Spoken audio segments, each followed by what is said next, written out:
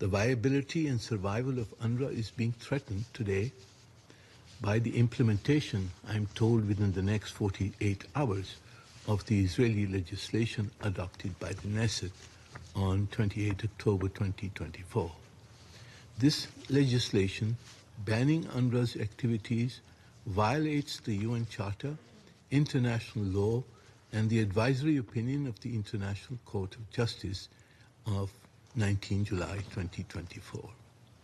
Israel has no right, as the occupying power, to close down any UN facility, in particular UNRWA's office in East Jerusalem, or any other UN international facility established in the occupied Palestinian territories under a mandate of the United Nations.